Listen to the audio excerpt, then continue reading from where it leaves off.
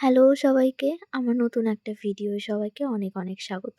এটা ছিল আমার নভেম্বরের ২৯ তারিখের একটা ব্রাইড।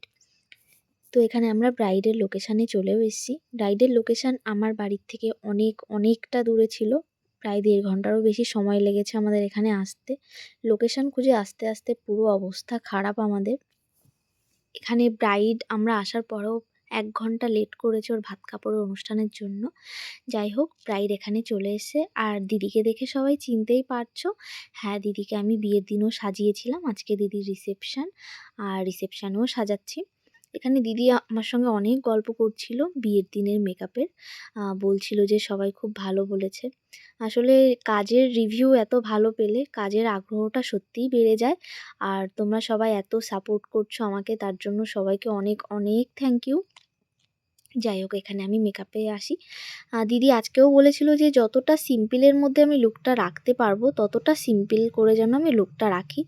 আই মেকআপেও বেশি কিছু করতে দিচ্ছিল না, তাও আমি একটু জোর করেই দিদিকে একটু শিমার ইউজ করেছিলাম।